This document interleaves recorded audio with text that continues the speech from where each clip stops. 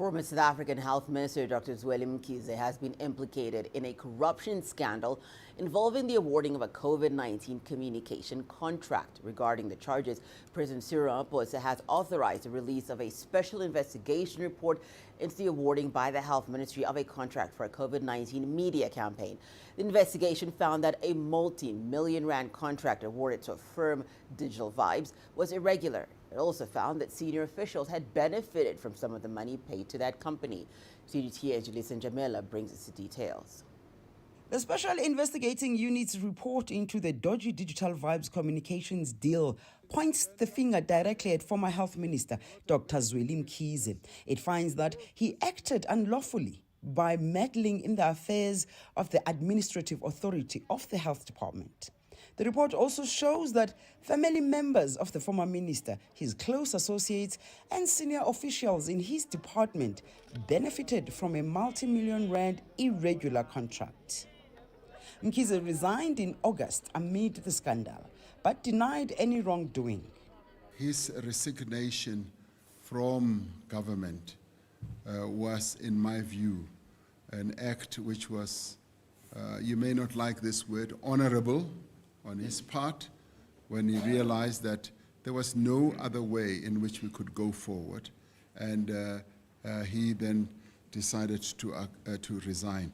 My acceptance of his resignation should tell you exactly the approach and the stance that I am determined to take on all these matters.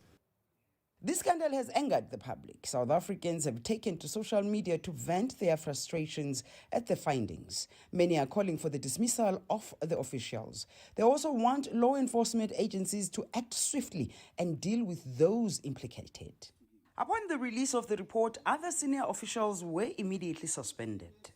We fully understand the public concern and interest in this matter because it involves allegations of misappropriation of public funds in the middle of a major fight against a pandemic, the COVID-19 pandemic, which has so far caused the country substantial spending of unbudgeted funds, as well as costing many, many lives and also livelihoods.